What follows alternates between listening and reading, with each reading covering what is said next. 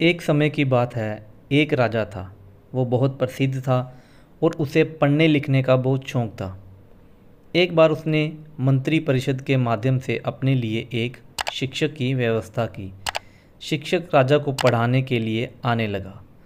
राजा को शिक्षा ग्रहण करते हुए कई महीने बीत गए, मगर राजा को कोई लाभ नहीं हुआ। गुरु तो रोज़ खूब मेहनत करते, परंतु राजा को उस शिक्षा का कोई फ़ायदा नहीं हो रहा था। राजा बड़ा परेशान। गुरु की प्रतिभा और योग्यता पर सवाल उठाना भी गलत था, क्योंकि वो एक बहुत ही प्रसिद्ध और योग्य गुरु थे। आखिर में एक दिन रानी ने राजा को सलाह दी कि राजन, आप इस सवाल का जवाब गुरुजी से ही पूछ कर देखिए। राजा ने एक दिन हिम्मत करके गुरुजी के सामने अपनी जिज्ञासा रखी। गुरुवर, क्षमा कीजिएगा, मैं कई महीनों से आपसे शिक्षा ग्रहण कर रहा हूँ, पर मुझे इसका कोई खास लाभ नहीं हो रहा है। ऐसा क्यों? गुरुजी ने बड़े ही शांत स्वर में जवाब दिया, राजन, इसका कारण बहुत ही सीधा सा है। गुरुजी ने कहा, राजन, बात बहुत छोटी है, परंतु आप अपने बड़े होने के अहंकार के कारण इसे समझ नहीं पा रहे हैं और परेशान और दुखी हैं। माना कि आप एक बहुत बड़े राजा हैं, आप हर दृष्टि से मुझसे पद और प्रतिष्ठा में बड़े हैं, परंतु यहाँ पर आपका और मेरा रिश्ता एक गुरु और शिष्य का है।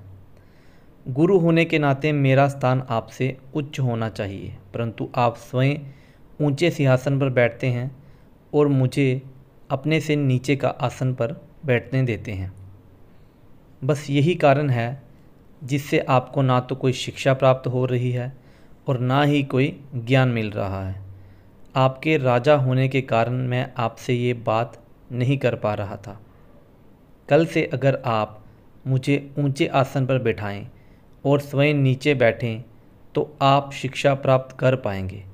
राजा की समझ में सारी बात आ गई और उसने तुरंत अपनी गलती को स्वीकारा और गुरुवर से उच्च शिक्षा प्राप्त की।